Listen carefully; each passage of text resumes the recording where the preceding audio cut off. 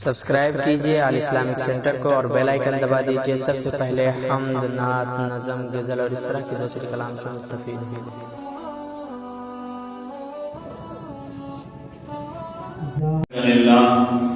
نحمده ونستعينه ونستغفره ونؤمن به ونتوكل عليه ونعوذ بالله من شرور أنفسنا ومن سيئات أعمالنا من يهده الله فلا مضل له ومن يضلل فلا هادي له ونشهد أن لا إله إلا الله وحده لا شريك له ونشهد أن سيدنا مولانا محمدا عبده ورسوله أما بعد فإن خير الحديث كتاب الله وخير الهدي هدي محمد صلى الله عليه وسلم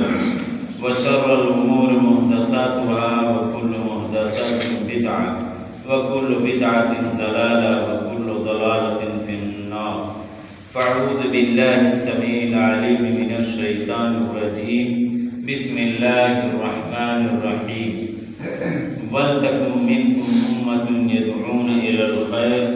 يَأْمُرُونَ بِالْمَعْرُوفِ وَيَنْهَوْنَ عَنِ الْمُنكَرِ وَأُولَئِكَ هُمُ الْمُفْلِحُونَ۔ معزز مقتدر علماء کرام و محترم سامعین، اللہ جل جلالہ کی تعریف و توصیف، تحمید و تقدیس کے بعد نبی اکرم جناب محمد مصطفیٰ صلی اللہ علیہ وسلم پر انگنت بے شمار سلام نازل۔ حضرات، میں نے آپ لوگوں کے سامنے سورہ آل عمران آیت نمبر 104 کی تلاوت کی ہے۔ اس آیت کریمہ کے اندر اللہ تبارک و تعالی نے فرمایا ہے کہ تم میں سے ایک جماعت ایسی ہونی چاہیے کہ جو لوگوں کو بھلائی کی دعوت دے، بھلائی کی طرف بلائے اور برائی سے منع کرے، اور یہی لوگ سب سے کامیاب اور کامیاب قسم کے لوگ ہیں۔ یقیناً ہم اور آپ دور حاضر میں معاشرہ و سوسائٹی کی برائیوں پر نظر دوڑائیں تو نظر دوڑانے کے بعد ہم اور آپ یہی دیکھیں گے کہ معاشرہ کے اندر بہت ساری برائیوں نے جنم لے لیا، بہت برائیاں ہو چکی ہیں، پھیل چکی ہیں،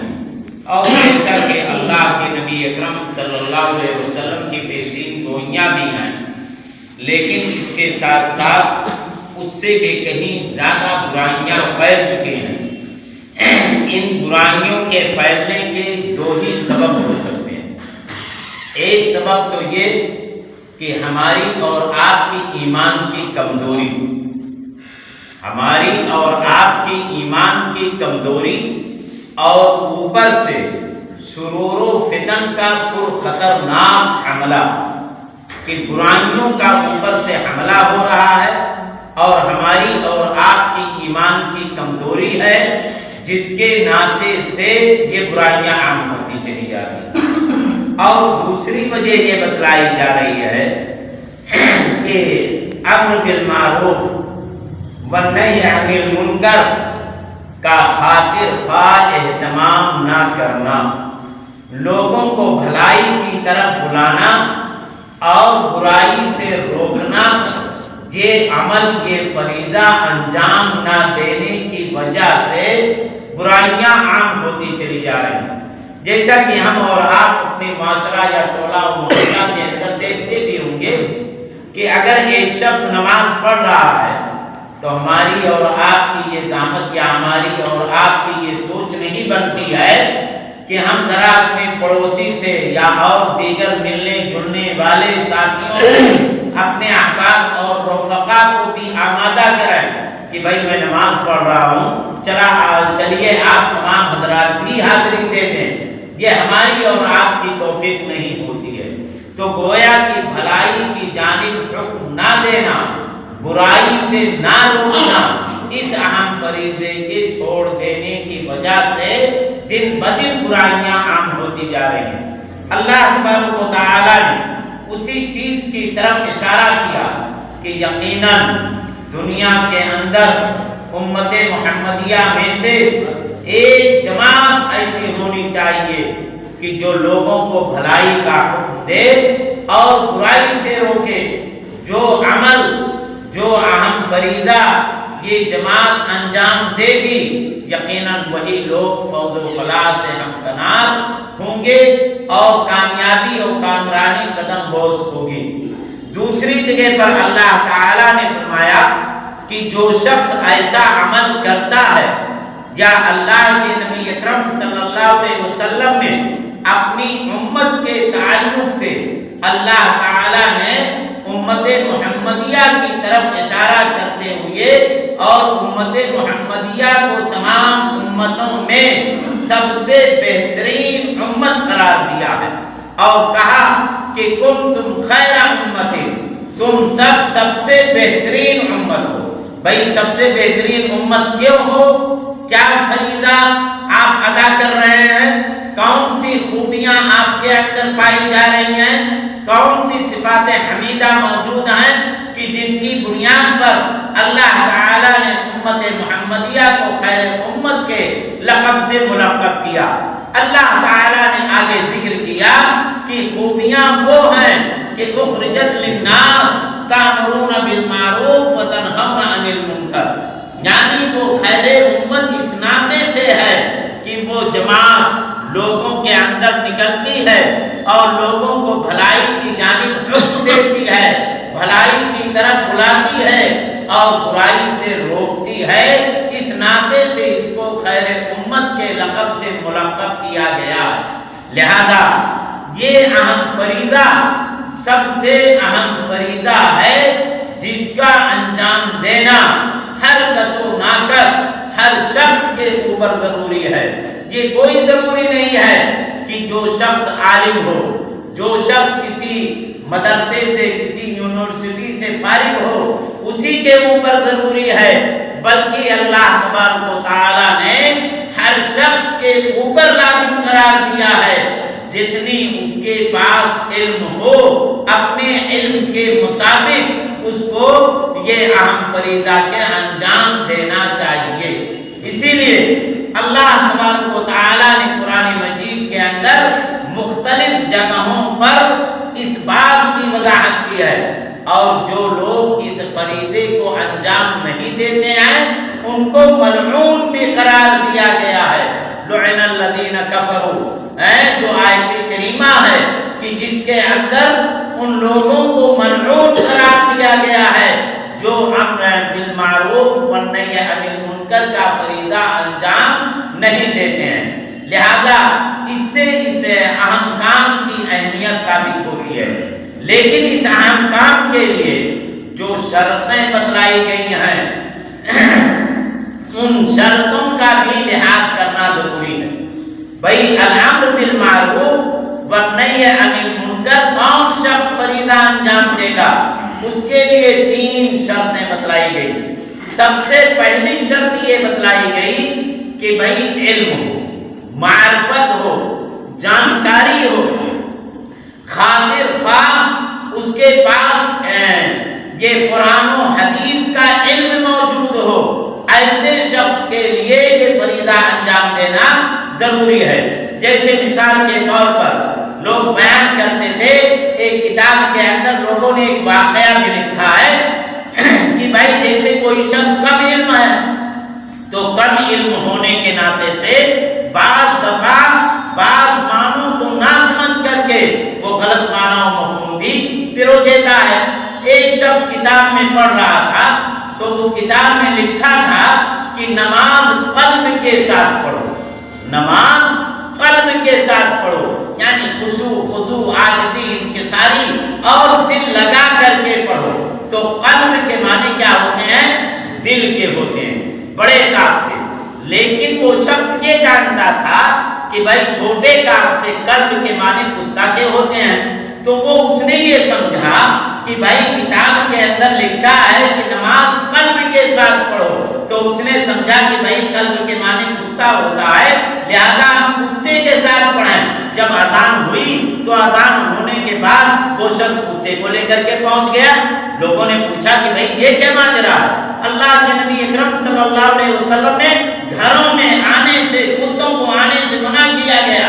اور پھر آپ مسجد کے اندر لے کر کے پہنچ گئے۔ انہوں نے کہا کہ نہیں، میں نے کتاب کے اندر پڑھی ہے اور کتاب کے اندر یہ جملہ لکھا ہوا ہے اور اس کا معنی یہ ہوتا ہے، اس لیے میں لے آیا۔ تو لوگوں نے بتلایا کہ بھائی چھوٹے کاف سے قلب کے معنی کتا ہوتا ہے اور بڑے کاف قلب کے معنی دل کے ہوتا ہے، یعنی دل لگا کر کے نماز پڑھو۔ معلوم یہ ہوا کہ الامر بالمعروف والنہی عن المنکر کا فریضہ انجام دینے کے لیے خاطر خواہ علم اور معرفت کی ضرورت ہے۔ اگر انسان علم و معرفت نہیں رکھے گا تو بعض دفعہ انسان خود بھی گمراہ ہو جائے گا اور دوسرے لوگوں کو بھی گمراہ کرے گا۔ دوسری شرط یہ بتلائی گئی ہے کہ نرم رویہ اختیار کیا جائے، نرم رویہ اختیار کیا جائے۔ بھائی بھلائی کا حکم دینا ہے، برائی سے روکنا ہے۔ آپ نے کسی بھی شخص کو دیکھا کہ وہ کوئی برا کام کر رہا ہے تو ایسے برے کام کرنے کی بنیاد پر ہمارا اور آپ کا طریقہ یہ ہونا چاہیے کہ بہت ہی نرم لب و لہجے کے اندر اس کو سمجھائیں۔ حضرت موسیٰ اور ہارون کو اللہ تبارک و تعالی نے جب فرعون کے پاس بھیجا تھا تو کہا تھا کہ جاؤ، اس نے سرکشی اور بغاوت کیا ہے، لیکن کہا تھا کہ بھائی بہت ہی اچھے انداز میں گفتگو کرنا۔ اسی لیے اللہ تبارک و تعالی نے حقوق العباد میں والدین کے ساتھ بھی وَقُولُوا لِلنَّاسِ حُسْنًا، یعنی اچھے طریقے سے لوگوں سے بات کرنے کا حکم دیا ہے۔ تو معلوم یہ ہوا کہ نرم لب و لہجے میں سمجھایا جائے، اور نرم لب و لہجے میں سمجھانے کے بعد یقیناً وہ چیز زیادہ مؤثر ثابت ہوتی ہے۔ اللہ کے نبی اکرم صلی اللہ علیہ وسلم کے زمانے میں شاید کہ وہ حضرت انس بن مالک رضی اللہ تعالیٰ عنہ یا حضرت ابو ہریرہ اس حدیث کے راوی ہیں کہ اللہ کے رسول صلی اللہ علیہ وسلم مسجد میں بیٹھے ہوئے تھے، ایک اعرابی آیا، ایک دیہاتی جوان شخص، اور آیا اور آنے کے بعد کونے میں جا کر کے بیٹھ گیا، اور بیٹھنے کے بعد وہ پیشاب کرنے لگا۔ صحابہ کرام نے جب دیکھا تو وہ ترچھی نگاہوں سے دیکھا، اور دیکھنے کے بعد جیسے کہ لگ رہا تھا کہ صحابہ کرام بالکل اس کے اوپر پل پڑیں گے اور اس کو جھپٹ کر کے اپنے قبضے میں کر لیں گے۔ اللہ کے نبی اکرم صلی اللہ علیہ وسلم نے کہا کہ لا تظلموا، مت جانیے، مت بھٹکائیے، وہ پیشاب کر رہا ہے، پیشاب کر لینے دیجیے۔ جب وہ شخص پیشاب کر لیا، پیشاب کر لینے کے بعد اللہ کے نبی اکرم صلی اللہ علیہ وسلم نے بلایا، اور بلانے کے بعد کہا کہ جانتے ہو یہ کون سی جگہ ہے؟ یہ اللہ کا گھر ہے، اللہ کی عبادت کے لیے یہ گھر بنایا گیا ہے، یہ مسجد ہے، اور مسجد کے اندر غلاظت، گندگی اور اس طرح سے نجاست اور پیشاب وغیرہ کرنے کی اجازت نہیں ہے۔ ان هذه المساجد لا تصلح لشيء من هذا القدر، یعنی یہ قدر اور یہ بدبودار چیزوں کے ڈالنے کی یہ مسجد صلاحیت نہیں رکھتی ہے، لہذا یہ مسجد کس کے لیے ہے؟ ذکر اللہ والصلاۃ وقراءۃ القرآن، اللہ کے ذکر و اذکار کے لیے ہے، نماز پڑھنے کے لیے ہے، قرآن کی تلاوت کرنے کے لیے جگہ ہے، لہذا ایسی جگہ میں پیشاب مت کیا کرو۔ اللہ کے رسول صلی اللہ علیہ وسلم نے صحابہ کرام میں سخت رویہ اپنایا تھا، لیکن اللہ کے رسول صلی اللہ علیہ وسلم نے نرم رویہ اپنایا، نرم لب و لہجے میں اس دیہاتی کو سمجھایا، اور سمجھانے کے بعد اس کی سمجھ میں بات آ گئی، اور آنے کے بعد اللہ کے نبی اکرم صلی اللہ علیہ وسلم نے پھر ایک ڈول پانی منگایا، اور پانی منگانے کے بعد پھر اس کی صفائی کر دی۔ تو یہ دوسرا طریقہ کہ الامر بالمعروف والنہی عن المنکر کا فریضہ انجام دینے کے لیے ہمیں اور آپ کو نرم رویہ اختیار کرنا چاہیے، نرم لب و لہجہ اختیار کرنا چاہیے، تب ہماری طرف آئیں گے۔ آپ صلی اللہ علیہ وسلم نے فرمایا کہ ان الرفق لا یکون فی شیء الا زانہ، یعنی کہ نرم لہجہ اپنانا، مرافقت اور نرمی کرنا، یہ کسی بھی چیز کے اندر نہیں ہوتی ہے مگر وہ اس چیز کو مزین کر دیتی ہے، آراستہ کر دیتی ہے، یعنی نرمی کا ماحول پیدا کرنے کے بعد ہر طریقے سے ماحول مزین ہو جاتا ہے، لہذا نرم رویہ اختیار کیا جائے۔ تیسری چیز بتلایا کہ بھائی الامر بالمعروف والنہی عن المنکر کے اندر کیا کرنا چاہیے، صبر کا پہلو اختیار کرنا چاہیے، جیسا کہ اپنے ماحول ہی کے اندر ہوتا ہے کہ بعض دفعہ انسان کسی بھی شخص کو سمجھاتا ہے، سمجھانے کے بعد وہ الٹے سمجھانے والے پر چڑھ لیتا ہے اور اس کو شد بدھ کہنے لگتا ہے اور مختلف القاب سے نوازنے لگتا ہے۔ ایسی صورت میں ہمارا اور آپ کا یہ فریضہ ہونا چاہیے، ہمارا اور آپ کا یہ اخلاقی فریضہ ہے کہ ہم اور آپ اس کو سنیں اور سننے کے بعد صبر کا مظاہرہ کریں۔ اللہ کے نبی اکرم صلی اللہ علیہ وسلم کی زندگی کو دیکھیے کہ اللہ کے نبی اکرم صلی اللہ علیہ وسلم نے کتنے صبر کے اوقات اور ماحول گزرے اور آپ نے ہر طریقے سے صبر کو ہاتھ سے جانے نہیں دیا، چاہے وہ طائف کا موقع ہو کہ جب گئے اور اوباسوں نے آپ کو مارا اور مارنے کے بعد جوتی کے اندر آ کر کے خون جم گیا تھا،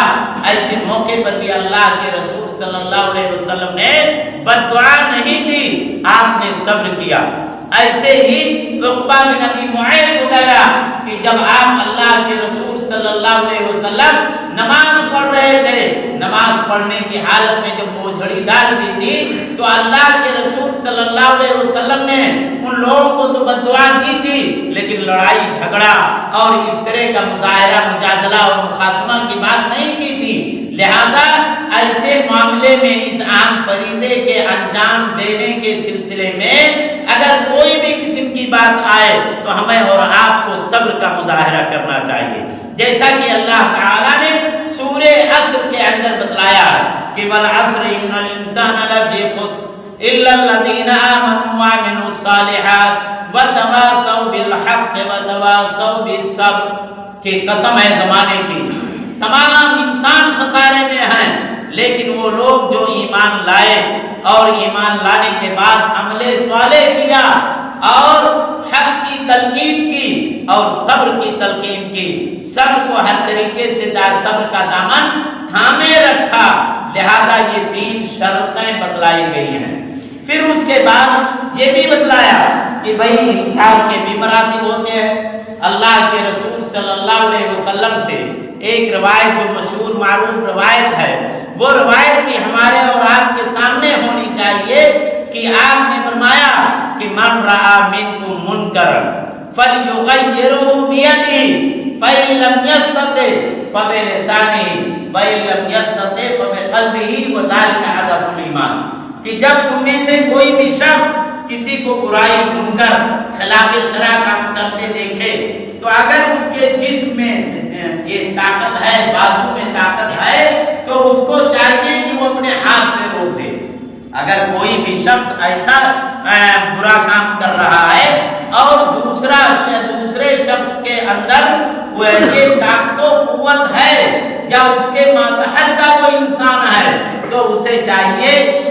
کہ فوراً وہ ہاتھ کے ذریعے سے اس کو روک دے۔ اس کی مثالیں آپ دیکھیں تو مختلف قسم کی مثالیں آپ پائیں گے۔ حضرت ابراہیم علیہ السلام کی زندگی لے لیجئے۔ حضرت ابراہیم علیہ السلام نے کیا کیا تھا کہ جب ان لوگوں نے بتوں کی پرستش اور عبادت کرنا چاہا تو آپ نے اپنے ہاتھوں سے بتوں کو توڑ دیا تھا اور تاللہ لاکیدن اصنامکم بعد ان تولوا مدبرین، کہ میں اللہ کی قسم البتہ میں تمہارے بتوں کو توڑ کر کے رکھ دوں گا اس حال میں کہ تم لوٹ کر کے آؤ گے، اور حضرت ابراہیم علیہ السلام نے کیا بھی۔ ایسے ہی حضرت موسیٰ علیہ السلام جب چلے گئے تھے اور حضرت ہارون کو اپنی عمارت اور وزارت دے دی تھی تو اس کے بعد سامری نے ایک بیل بنایا تھا اور ایک بیل بنانے کے بعد اس کے اندر آواز پیدا کرتی تھی اور لوگوں کو اس بیل عبادت کرنے کے لیے بلایا تھا۔ حضرت موسیٰ علیہ السلام آئے تو حضرت موسیٰ علیہ السلام کے آنے کے بعد انہوں نے اپنے ہاتھوں اس بیل کو خاتمہ کر دیا، اس کو جلا کر کے راکھ کر دیا اور راکھ کر کے سمندر کے اندر ڈال دیا۔ یہ ہاتھ سے تبدیلی کی مثال ہے۔ اسی طریقے سے آپ دیکھیں اپنے پیارے حبیب حضرت محمد مصطفیٰ صلی اللہ علیہ وسلم کو کہ اللہ کے رسول صلی اللہ علیہ وسلم جب مکہ مکرمہ گئے، فتح کیا، بیت اللہ کے اندر داخل ہوئے تو بیت اللہ کے داخل ہونے کے وقت 360 یہ بت بیت اللہ کے اندر موجود تھے۔ اللہ کے نبی اکرم صلی اللہ علیہ وسلم اپنے ہاتھوں سے بتوں کو گراتے جاتے تھے اور قرآن کریم کی آیت کریمہ پڑھتے جاتے تھے کہ جاء الحق وزهق الباطل ان الباطل کان زہوقا۔ لہذا یہ ہاتھ سے اللہ کے رسول صلی اللہ علیہ وسلم نے مٹا دیا۔ ایسے ہی وہ صحابی کی روایت موجود ہے کہ ایک صحابی رسول آئے اور آنے کے بعد وہ اپنے انگلی کے اندر سونے کی انگوٹھی پہن رکھی تھی۔ بھائی سونے کی انگوٹھی مردوں کو پہننا حرام ہے، چاندی کی انگوٹھی پہننا جائز ہے، سونے کی انگوٹھی پہن رکھی تھی۔ اللہ کے رسول صلی اللہ علیہ وسلم نے کہا کیا تمہیں یہ پسند ہے کہ آپ کی انگوٹھی پہنائی جائے؟ آپ صلی اللہ علیہ وسلم نے فوراً اسے صحابی رسول کی انگوٹھی پکڑی اور پکڑ کر کے ہاتھ سے کھینچ کر پھینک دیا۔ پھینکنے کے بعد آپ چلے گئے۔ صحابہ کرام نے اس صحابی رسول سے کہا کہ ٹھیک ہے، آپ صلی اللہ علیہ وسلم نے پھینک دیا، گویا کہ خلاف شرع چیز دیکھی، آپ نے ہاتھ کے ذریعے سے تبدیل کر دی، آپ اس کو لے لیجئے تاکہ اس سے فائدہ اٹھا لیں گے۔ لیکن اس صحابی رسول نے کہا کہ جس کو ہمارے پیارے رسول صلی اللہ علیہ وسلم نے پھینک دیا ہو میں قطعی طور پر ہاتھ نہیں لگا سکتا ہوں۔ تو یہ ایسا منکر کہ جس کے اندر طاقت ہو تو ہاتھ کے ذریعے سے اس کو بدل دے۔ اسی طریقے سے کہ اگر ہاتھ سے بدلنے کی طاقت نہ ہو تو چاہیے کہ وہ زبان سے بدل دے، یعنی زبان سے کہہ کر کے کسی بھی منکر اور خلاف شرع کو دیکھے تو دیکھنے کے بعد فوراً اس کو بدل دینا چاہیے۔ اللہ کے نبی اکرم صلی اللہ علیہ وسلم کے زمانے میں عمرو بن ابی سلمہ جو چھوٹے صحابی رسول تھے وہ کھانا کھا رہے تھے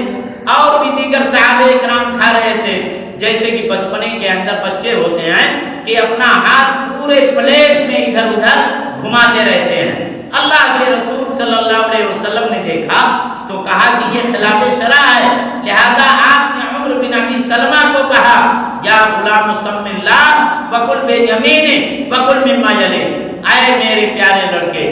اے میرے لڑکے، کیا کرو اللہ کا نام لو اور دائیں ہاتھ سے کھاؤ، اور دائیں ہاتھ سے کھانے کے بعد جو تمہارے سامنے کھانا ہو اس کو کھاؤ۔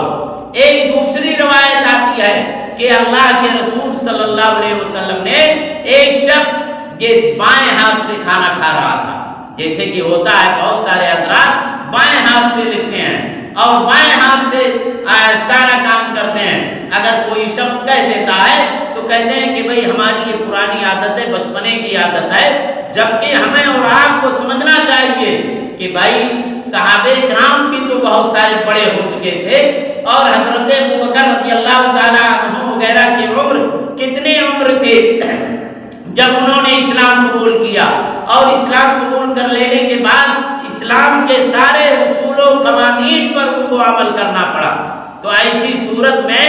ایک شخص بائیں ہاتھ سے کھانا کھا رہا تھا۔ اللہ کے رسول صلی اللہ علیہ وسلم نے کہا کہ تم دائیں ہاتھ سے کھانا کھاؤ۔ کہا کہ لستطع، میں طاقت نہیں رکھ سکتا ہوں، میں استطاعت نہیں رکھ سکتا ہوں۔ جیسے کہ بعض دفعہ انسان ہوتا ہے کبر و غرور کی وجہ سے بعض باتیں کو نکال دیتا ہے، تو اس شخص نے بھی کبر اور غرور کی وجہ سے گھمنڈ کی بنیاد پر کہا کہ بھائی میں طاقت نہیں رکھتا ہوں کہ دائیں ہاتھ سے کھاؤں۔ اللہ کے رسول صلی اللہ علیہ وسلم نے بددعا دے دی اور کہا کہ تم کبھی بھی طاقت نہیں رکھتے ہو۔ راوی حدیث بیان کرتے ہیں کہ جب تک وہ شخص زندہ رہا اور کئی بار وہ اپنے دائیں ہاتھ سے کھانے کی کوشش کی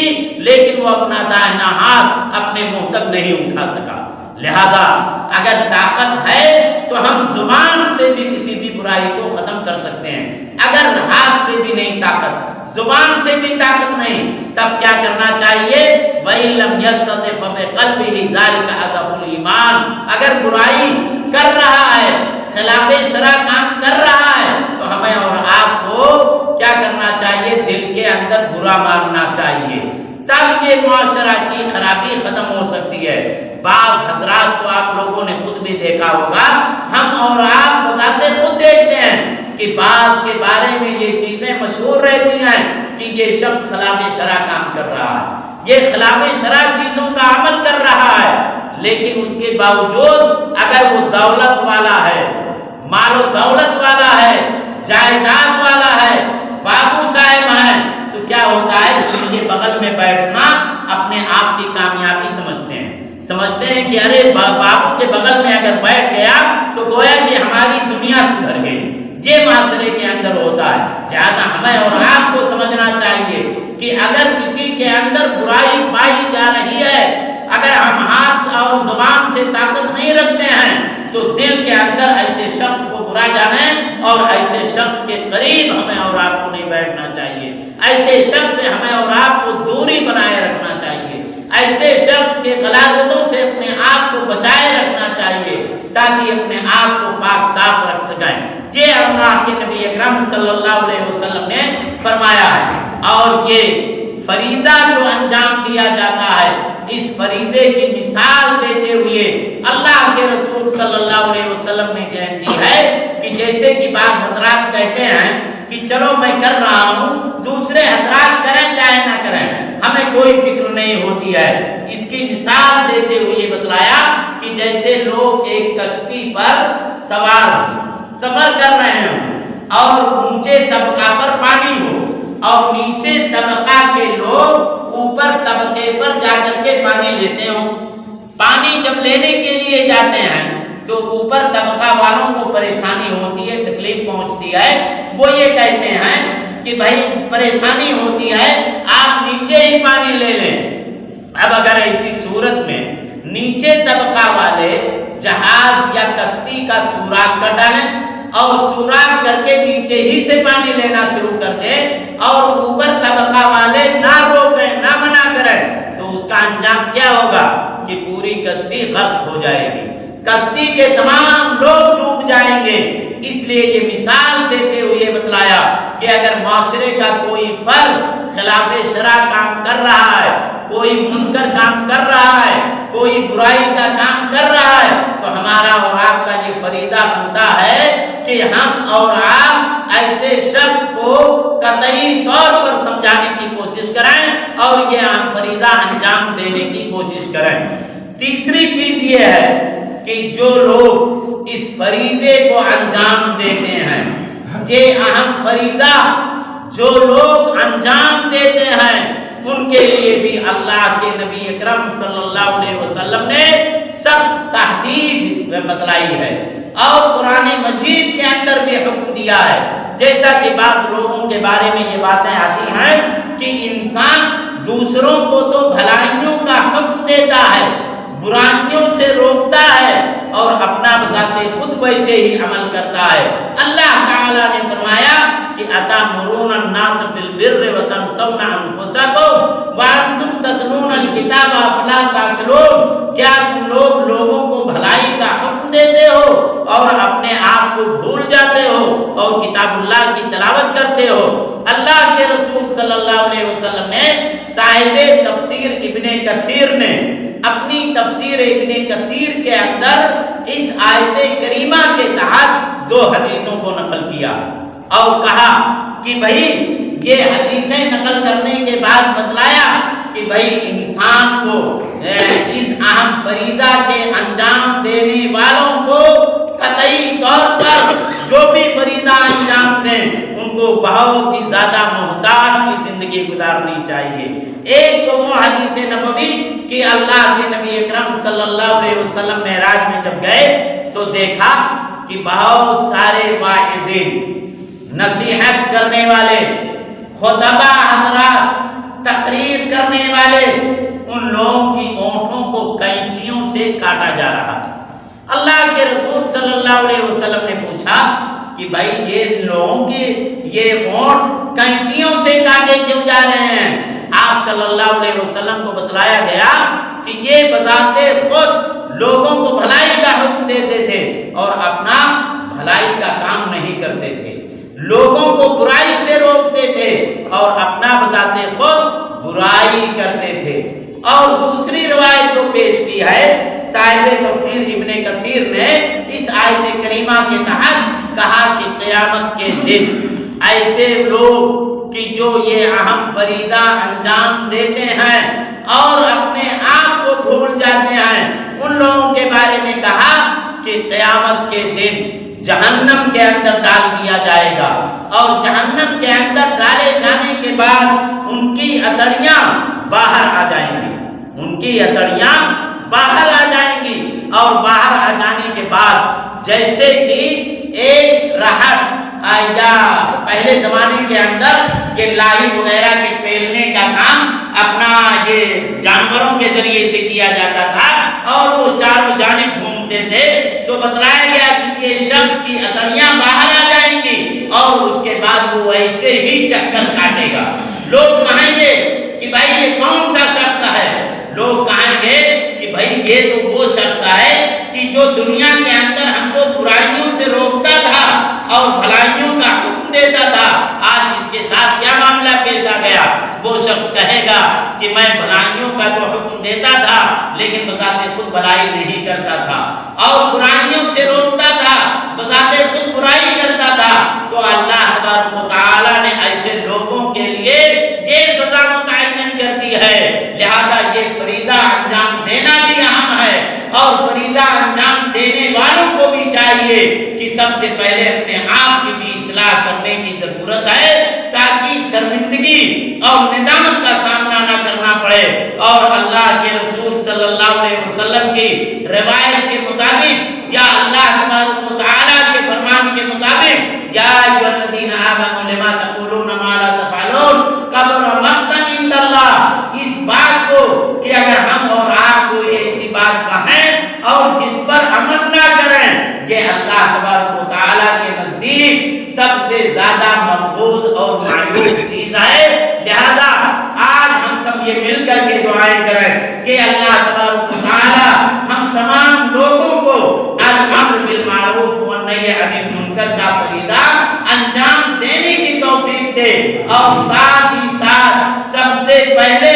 اس انجام کو دینے والوں کو ہم تمام لوگوں کو ان تمام باتوں پر عمل کرنے کی توفیق بخشے اور اللہ تعالی ہم تمام لوگوں کو اس دن کی ندامت اور شرمندگی سے محفوظ رکھے، آمین، تقبل یا رب العالمین۔ دوستو خوبصورت سی تقریر آپ سماعت فرما رہے تھے فضیلت الشیخ زبیر احمد عبدل معبود المدنی حفظہ اللہ کی آواز میں۔ تو دوستو اس طرح کے خوبصورت کلام، اس طرح کی خوبصورت تخلیقات آپ کو اچھا لگے تو ہمارے چینل الاسلامک سینٹر کو ضرور سے سبسکرائب کریں اور بیل آئیکن کو پریس کریں تاکہ نئی ویڈیو کی جانکاری سب سے پہلے آپ کے پاس پہنچے۔ انہی چند کلمات کے ساتھ میں دیجیے اجازت۔